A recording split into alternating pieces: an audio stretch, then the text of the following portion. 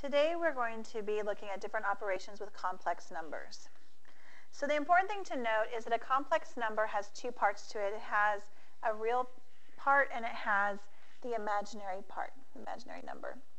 And when working with complex numbers, basically they behave just like having like terms. So we're going to take the pieces that have the I, the imaginary, and they're going to get added together.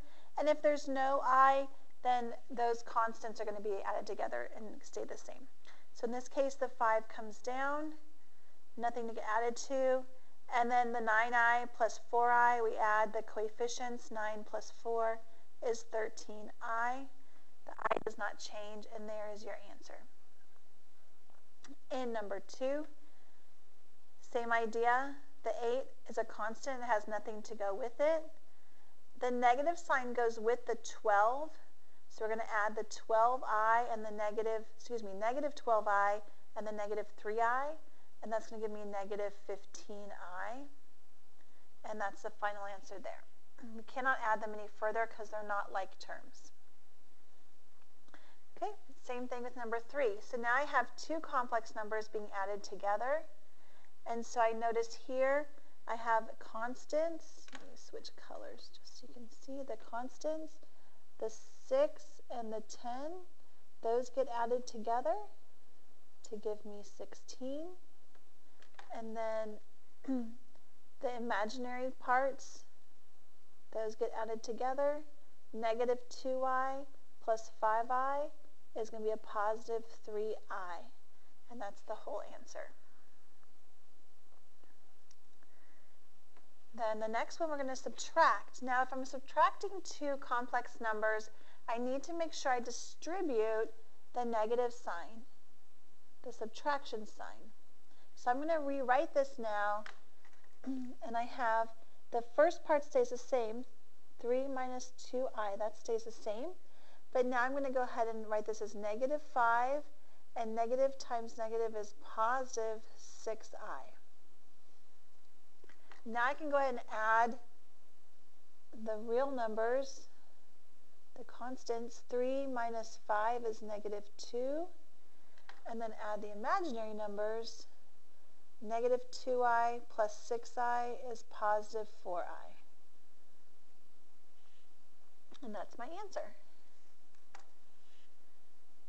Okay, so that covers adding and subtracting. Now let's look at multiplying. So when I'm multiplying, I'm going to go ahead and distribute. And when we multiply, we can go ahead and multiply just like we're distributing and we have coefficients being multiplied. So 3 gets distributed to both the 5 and the 4i. So 3 times 5 is 15, plus 3 times 4 is 12, and the I stays there, and there's your answer. Same thing here, we're going to distribute the 8i. So we're going to multiply the 8 and the 3 together, and that's going to give us 24i. Now we're going to multiply the 8i with the 11i. So the coefficients multiply. 8 times 11, so we get negative 88. But I times I also multiplies, and that gives me an I squared. So now we need to stop and consider what that really means. What does I squared mean? So when I look over here, I've given you a reminder here that I squared is the same thing as negative 1. And the way we get that is to have it like this. If I said, oh, the square root of negative 1 times the square root of negative 1, that would be the same thing as I times I would be I squared. But here, what that really means is I'm taking and getting rid of the square root, and so it just equals negative 1. So that's how these are equal to each other. So over here then, what I'm going to do is actually replace the I squared. And it gets replaced with a negative 1. So again, I squared is equal to negative 1. So I'm replacing the I squared with just a negative 1 by itself. And then everything else comes down, 24i minus 88. But the negative 88 now is going to get multiplied with the negative 1. And so that becomes positive 88. And then the 24i comes down. And so there's my final answer, 24i plus 88. Okay, let's look at what happens when I multiply two complex numbers together. Let me get my papers straightened out here. So we're going to use FOIL method, or if you like box method, you can use box method.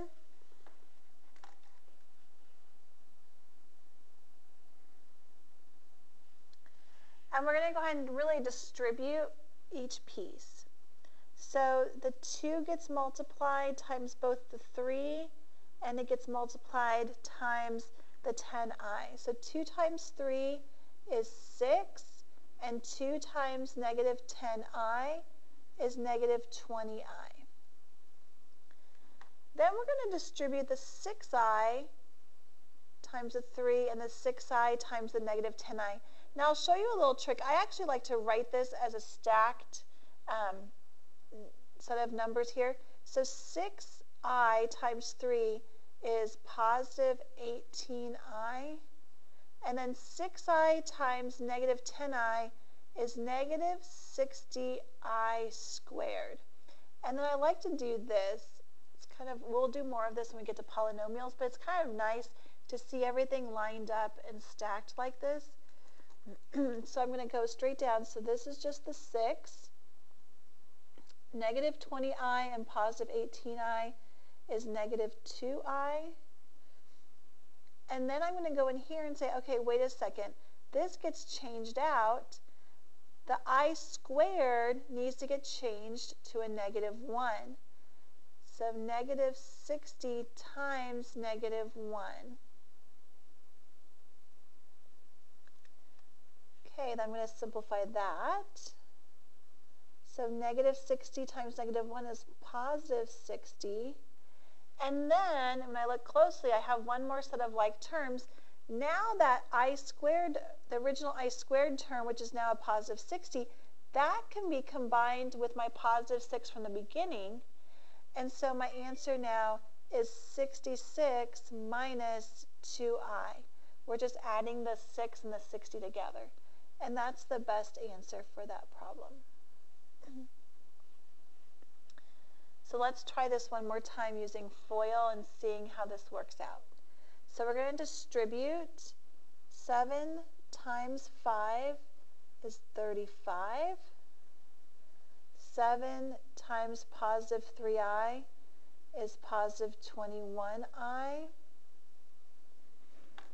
Then we're going to distribute the 4i times 5 is positive 20i.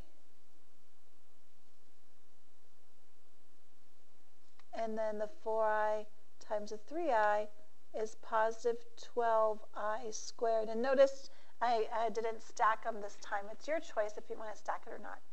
Okay, what I'd like you to do is go ahead and complete this problem and be ready to show your answer to your teacher tomorrow so she can see the final answer.